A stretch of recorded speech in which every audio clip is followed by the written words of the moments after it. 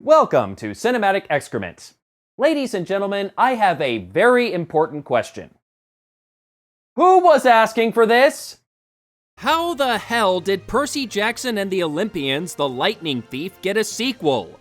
While the first movie wasn't absolutely horrible, who looked at it and thought, yeah, I definitely want to see more of this? It butchered the source material, critical reaction was mixed at best, audience reaction wasn't much better, and it bombed at the domestic box office. While it did make a modest profit after factoring in its international revenue, given the largely negative reaction to the film, the chances of a sequel doing as good or better were slim to none. So what fool greenlit Percy Jackson's Sea of Monsters?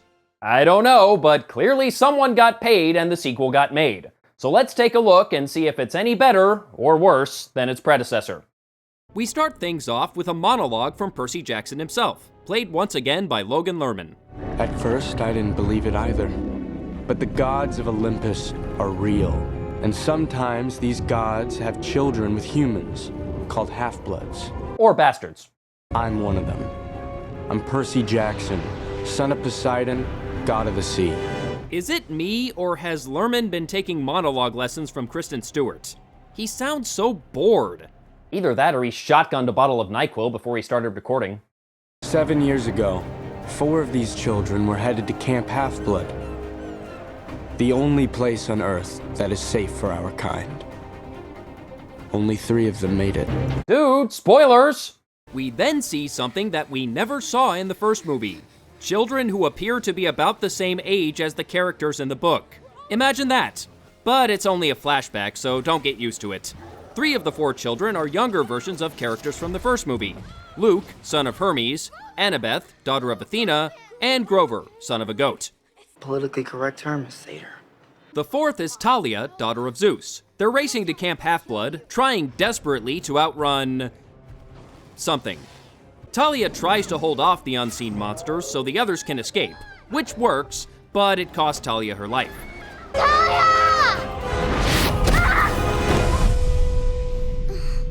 Her name was Talia, and she gave her life to save 3. Oh, is that what happened? Since one of the characters called her Talia, and since she was just fatally wounded while acting as a decoy, I had no idea. Thank you, Captain Obvious. As always, your services are much appreciated. Anyway, Zeus, played by Sir not appearing in this film, took pity on his dying daughter and turned her into a tree. The Greek gods were kinda weird like that. But this was no ordinary tree. This was a magical tree that created a barrier around the camp that only gods and demigods could pass through, thus keeping the camp's residents safe from monsters and allowing Talia's spirit to live on. Fast forward to the present day, and we see several of those demigods competing in... Okay, I can't be the only one thinking this.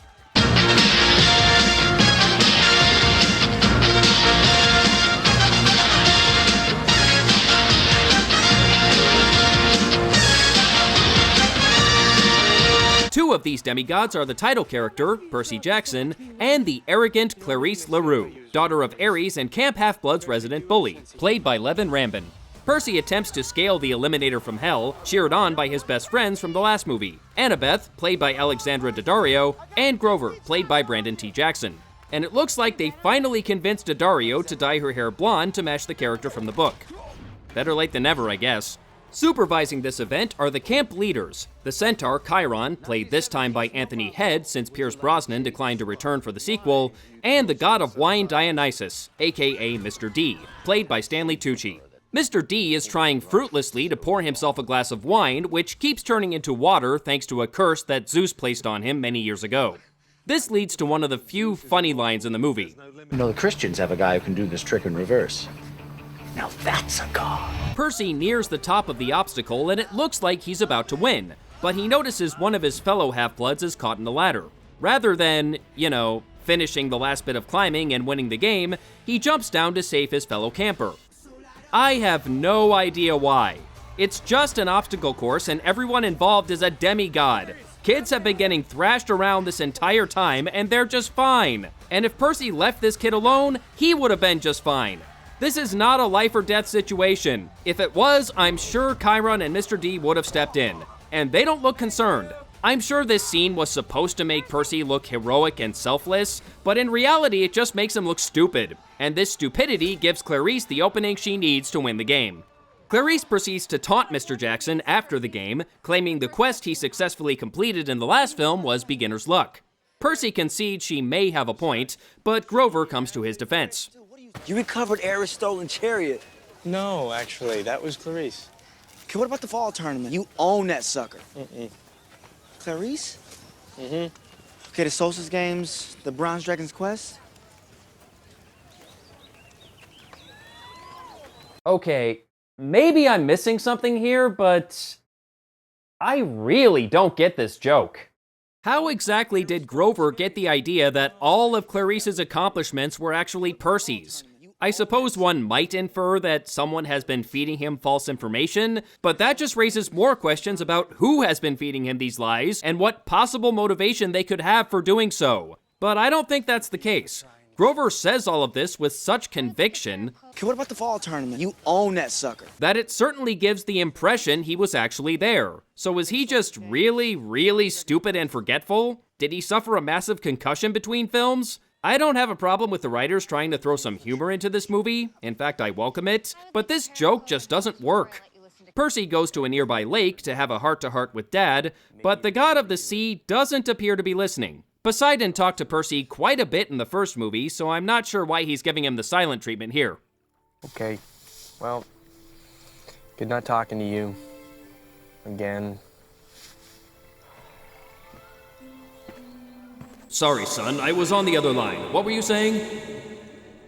Hello? Meanwhile, Mr. D and Chiron are talking to a new arrival at the camp, who turns out to be Tyson, played by Douglas Smith, a Cyclops with a terrible CGI. Get it? I said CGI as in computer-generated imagery, but instead of the letter I, it's, it's an I. CGI. See, it's a pun.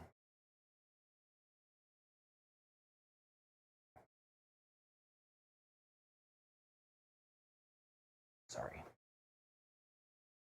Mr. D and Chiron are wondering how a Cyclops walked into camp since the barrier should have stopped him, and they deduce he must be a Godsborn. Tyson confirms this, proclaiming he is the son of Poseidon, and therefore Percy's half-brother. Percy is not terribly excited by this news, but Clarice is having a field day. Somebody's got a new brother. And I can see he's got his daddy's eyes. Well,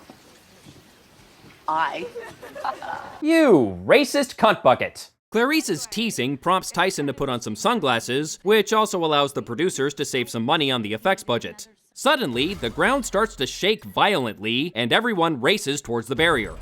Hey, Chris, you coming? No, I'm good.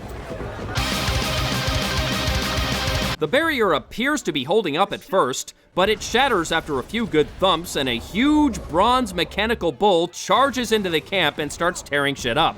For some reason, Clarice decides riding it would be a good idea. Obviously, this doesn't go well. But hey, she's only the daughter of the god of war. What would she know about battle strategy? Just as the bull is about to gore her, Tyson leaps in and saves her racist ass. The bull whips out its flamethrower, which is kind of awesome actually, and tries to roast him some Cyclops. But Cyclopes are immune to fire. Bad bull. Cotton, however, is not immune to fire last I checked, so I'm not sure how his clothing survived. Eventually, Percy manages to finish off the bull by throwing his pen, Riptide, which turns into a sword with the push of a button, down the beast's throat. The bull explodes, and Percy does the lamest looking action movie flop ever. Oh, I fell over! When the dust settles, Percy is confronted by his nemesis, Luke, played once again by Jake Abel. And no, his acting has not improved since the first movie. But to be fair, it's not any worse either. Luke claims responsibility for the attack and alludes to some prophecy that Percy is somehow involved in, but Percy doesn't know what he's talking about. We'll add that to the long list of things your buddy Chiron hasn't shared with you. Chiron, Mr. D, all the rest. They don't care about us. To them, we're just kids. Bunch of pawns meant to be pushed around, told what to do. I'm not the only half-blood who thinks so. Gee, I wonder if he might be referring to this guy. After Luke teleports away, the campers discover Talia's tree has been poisoned and is slowly dying, and the magical barrier along with it. Luke poisoned the tree. Percy! Yay, you're alive. The hell? Are they trying to suggest that Clarice was hoping Percy was killed by the bull? I know she's supposed to be the camp bully, but that's taking it a bit too far. While Chiron tries to find an antidote for the poison, Percy confronts him about the prophecy Luke mentioned. And while Chiron warns him that some questions are better left unanswered, he grants Percy permission to talk to the White Walker, the Oracle of Delphi. Before answering Percy's question, she gives him a quick history lesson about the Titans who ruled the world before the gods. The Titans were led by Kronos, a being so evil he actually devoured his own children. But 3 of his sons, Zeus, Poseidon, and Hades, otherwise known as the Big Three, escaped their father's unhealthy appetite and ultimately overthrew him. Kronos, or at least what was left of him, was imprisoned in the depths of Tartarus, but is fated to rise again. When that day comes, only a half-blood child of the Big Three will be able to stop him. This child shall be our salvation, or the cause of our destruction. It all begins when 2 cousins grapple for a fleece. The son of the sea and the lightning thief. Luke. Percy asks if there's any chance the prophecy might not refer to him, but Chiron sadly says that's not possible, as Percy is the only living half-blood child of the Big Three. Meanwhile, Annabeth searches for a cure for Talia's poison using her iPad. Or perhaps it would be an iota pad? See, because iota is the Greek equivalent of the letter I, and they're children of Greek gods, so iota pad. Okay, clearly I need to stop making eye jokes. Anyway, Annabeth discovers the one thing that can cure Talia's tree is the golden fleece. She brings the information to Mr. D and requests permission to go on a quest for the fleece. But Mr. D isn't receptive to the idea, as the fleece is currently located somewhere in the Sea of Monsters, otherwise known to the human world as the Bermuda Triangle. Interesting. I'm sorry, Annabelle. Annabeth. Whatever. It's a terrible idea. I've had a grand idea. I like him. Mr. D gathers all the half-bloods together and announces a quest for the Golden Fleece, which will be assigned to a half-blood with a satyr as his or her guide, since satyrs are naturally drawn to the fleece's power. No, they don't explain why. Just go with it. Naturally, instead of giving the quest to Percy, Annabeth, or Grover, he gives it to the bitch queen Clarice and this guy. But, of course, Percy and company can't leave well enough alone, and they sneak out of camp at night to take up the quest themselves. Unfortunately, Percy's bumbling Cyclopean half-brother decides to tag along. Percy tries to convince Tyson to turn back, but Tyson says he might be able to help since the fleece is currently guarded by a Cyclops, the legendary Polyphemus. Maybe I could talk to him. You know, Cyclops to Cyclops. No, you can't, because I'm not going with the Cyclops. Man, what is with all the Cyclops hate? Did a Cyclops murder your best friend? Oh, then we got a problem, because I'm not going without one. Despite Annabeth's protests, it looks like Tyson is along for the ride. So she figures if she has to put up with him, he might as well look a bit less conspicuous. So she pulls out a bottle of mist, a spray that makes the mythical look normal. And after spraying Tyson's face, he now appears to have 2 eyes. Again, saving money on the effects budget. Okay. I wasn't going to do this, because after seeing the first movie, I knew the filmmakers were going to take quite a few liberties with the source material, and I didn't want this review to degenerate into me simply saying the book was better over and over again. But I'm going to make an exception here, because not only does this contradict the book, but it appears to contradict the movie itself. In the book, the mist was an omnipresent supernatural force that prevented the human world from seeing the mythical world. For example, in the first book, when Percy and his friends were attacked by 3 Furies while riding a bus, the other passengers on the bus simply saw Percy attacking 3 old ladies. But the movie shits all over this and slaps the fans of the source material in the face by reducing this magical force to a fucking cosmetic spray. Or does it? A few scenes after this one, our heroes visit a coffee shop, which has a Hikaton chair. They have a guy with 100 hands working behind the counter. Grover can see him for exactly what he is, but when the human patrons look at him, they just see a normal human barista. This would suggest the mist works exactly the same as it does in the book. So why does the bottled version exist in the first place? Shouldn't Tyson automatically look human whenever necessary? This doesn't make sense. Anyway, back to the story. Since the Bermuda Triangle is a long way from Camp Half-Blood, Annabeth lets out a whistle, and a few seconds later, a New York City cab magically appears out of thin air. I know the first movie was accused of being a cheap Harry Potter knockoff, but damn, they're not even trying to hide it now, are they? The cab is driven by the mythical Grey Sisters, 3 ladies who have only one eye to share between them. No, I'm not making another eye joke. I learned my lesson. During the ride, the sisters reveal that they know about Percy's prophecy. They refuse to tell him anything at first, but when Percy snatches the eye and threatens to toss it out the window, they agree to share what they know. 30, 31, 75, 12. So the prophecy has something to do with next week's lottery? Well, Percy got his answer, though perhaps not the answer he was looking for, and after Annabeth whispers that she may not have enough drachmas to pay for the cab ride, the Grey Sisters angrily throw them out on the streets of Washington, D.C. After a quick stop at the coffee shop I mentioned earlier, they go for a walk while trying to figure out what to do next, and they are suddenly accosted by 3 half-bloods working for Luke, who kidnap Grover and teleport away. And wouldn't you know it, one of them was that Chris guy from earlier. I don't know about you, but I'm shocked. This is my shocked face. So after what can't have been more than a couple of hours, Percy, Annabeth, and Tyson find themselves one man down and lost in the middle of DC. Our heroes, ladies and gentlemen. Fortunately, Annabeth, daughter of the goddess of wisdom, gets an idea. If they want to find Luke, they should talk to his dad, Hermes. They find him working in a UPS store, which makes sense in a weird way, I suppose, and he's played by Nathan Fillion. Awesome. Using the power of Demi-Google, Hermes determines Luke is on his yacht, Andromeda, which is currently near Chesapeake Beach. He also gives the party a few items to help them on their journey, which he claims he bought on Deity Bay. First, we have a thermos from a TV show called Hercules Busts Heads, which contains the winds from all 4 corners of the Earth. Hercules Busts Heads? Best TV show ever, so of course, canceled. Nathan, I know you're proud of your work, but come on. Drive wasn't that good.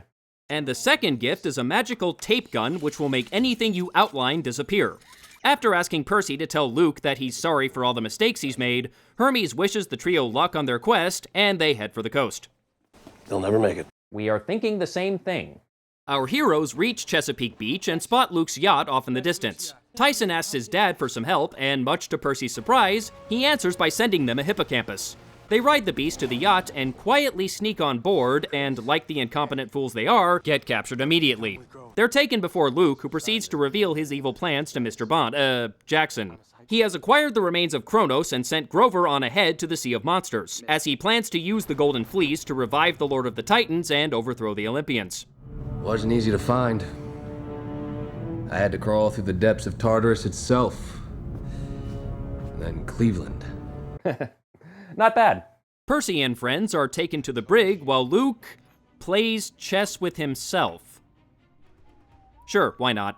At this point, Percy finally remembers he's the fucking son of Poseidon, and he conjures up a storm which violently rocks the boat. Eventually, this knocks his backpack off a nearby hook, because the villains were dumb enough to leave their prisoners' belongings right next to their cells, and he retrieves his magical tape gun and uses it to escape.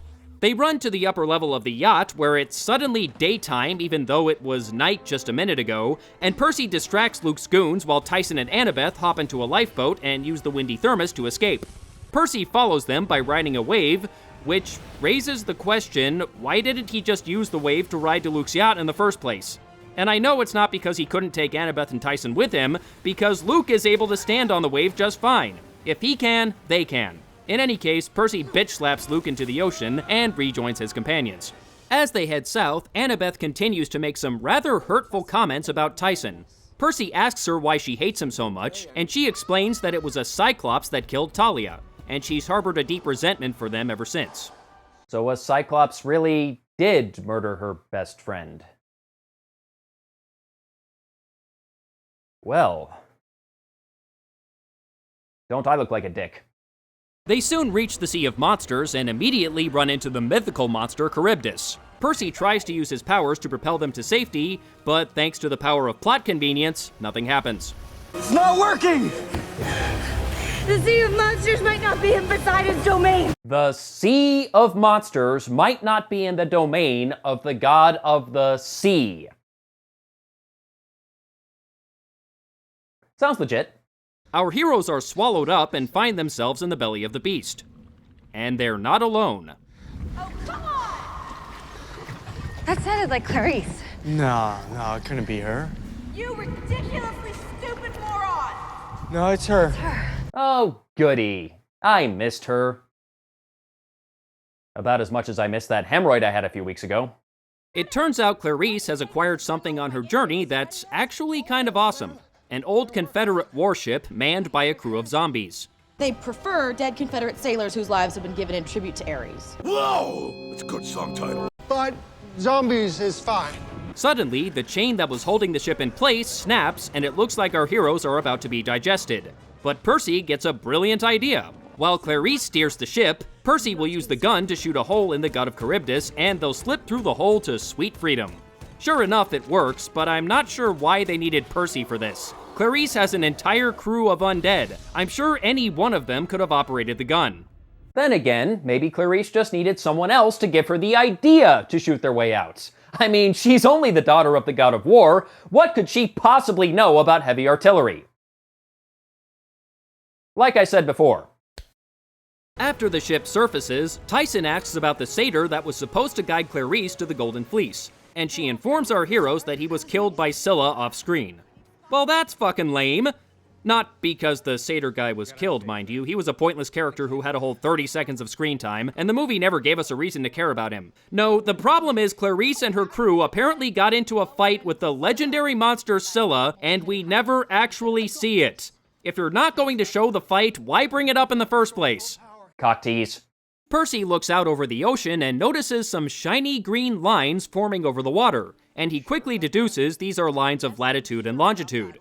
Okay, I know the water is Percy's domain thanks to his divine parentage, and therefore he can always get his bearings at sea. That's all well and good.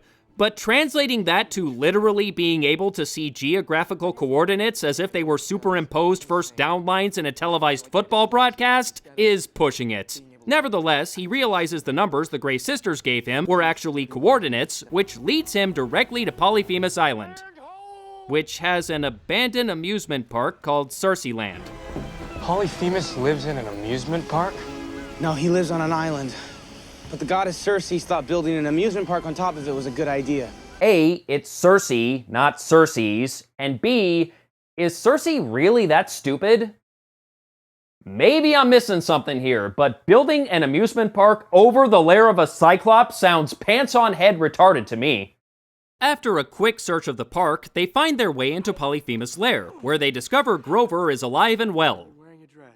And wearing a dress. Apparently, he disguised himself as a female Cyclops to avoid getting eaten. Believe it or not, this worked since Polyphemus, who is voiced by Ron Perlman, by the way, This hunger is making my eyesight worse. is half blind after his encounter with Odysseus. Tyson tries to negotiate with what I suppose would be his half-brother, though the movie never bothers to point this out. Polyphemus ain't having it, but the distraction allows Percy to grab the fleece, and they hightail it out of there, trapping the giant Cyclops in the cave behind them. Unfortunately, Luke is waiting for them when they get out of the cave. He demands Percy hand over the fleece, and when he says no...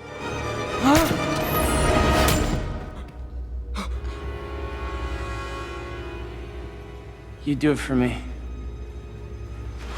No! Well, I will say this. I did not see that coming. After Tyson falls to his apparent death, Luke takes the rest of them hostage? Why? He obviously had every intention of killing Percy a minute ago, but after Tyson took the shot, he suddenly decided he didn't want to kill anymore? Or did he just forget to bring extra bolts? Percy, if Cronus comes back, then that's it. Game over. Percy. I never called him brother. What? All I ever wanted was a brother, but Really? I was too wrapped up in myself. Jackson, this is neither the time nor the place. As Luke places the fleece over the remains of Kronos, Percy realizes Luke never took away his sword pen because apparently everyone in this movie is about as sharp as a sack of wet mice. He cuts himself and his friends free and makes a mad dash for the fleece, and most of Luke's cronies run right by him for some reason. Luke manages to fight Percy off and looks as though he's about to kill him, for real this time, when suddenly... Hi, brother. Because of course he's still alive. Tyson tosses Luke aside, literally, and Percy grabs the fleece. And Percy grabs the fleece. What? The water. It healed me. And Tyson grabs the fleece. Son of Poseidon. Annabeth grabs the fleece. Thank you, brother. Grover, Clarice, somebody grab the fucking fleece!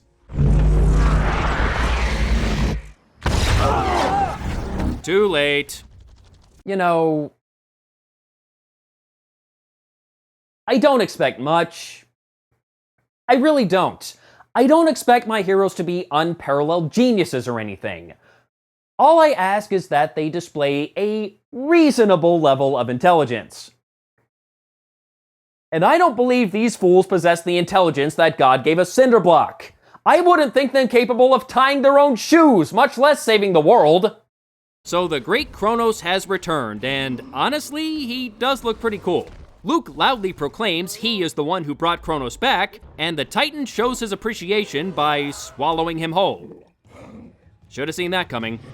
While everyone runs for the hills, Percy realizes his sword is the only thing that can harm Kronos. And then it's really just a matter of seconds until the Titan is defeated. That was anticlimactic. Percy.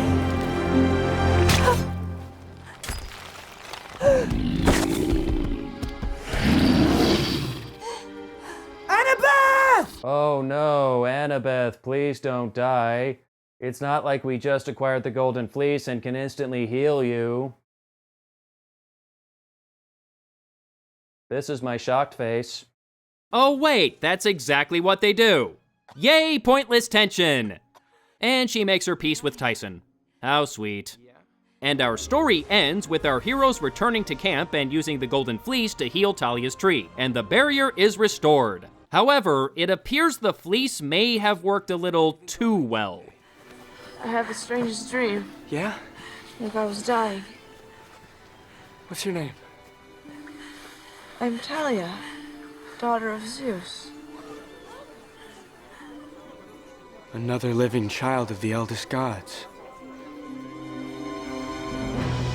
Maybe it wasn't me.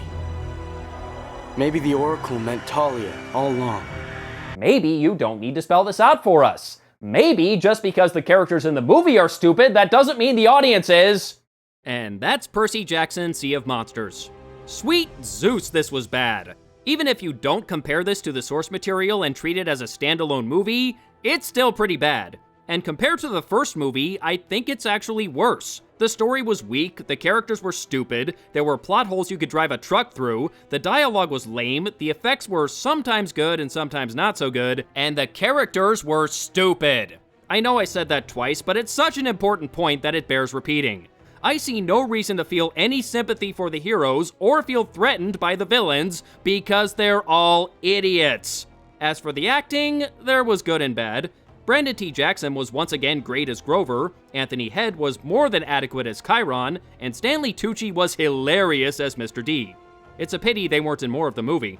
Unfortunately, the worst offenders in terms of acting are the main hero and villain. I didn't expect much from Abel after his weak performance in the first movie and his equally weak performance in The Host, and in that regard, I wasn't disappointed. But I thought Lerman did a decent job in the first movie, and in the sequel, he took a huge step backward.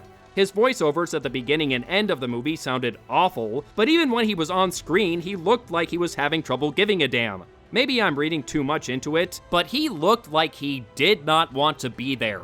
He did sign a 3-picture deal, and like the first movie, it did make a decent profit thanks to the international box office. So even though no one was asking for the second movie, and the same will almost certainly be true of a third, it's possible Percy Jackson, The Titan's Curse could still be made someday. Stranger things have happened, but I for one hope this franchise gets buried in the depths of Tartarus where it belongs. Next time on Cinematic Excrement, we're going to take a look at one of my favorite genres, superhero movies. Unfortunately, this is a superhero movie gone horribly wrong. Until then, I'm the Smeghead, and Hollywood can suck it.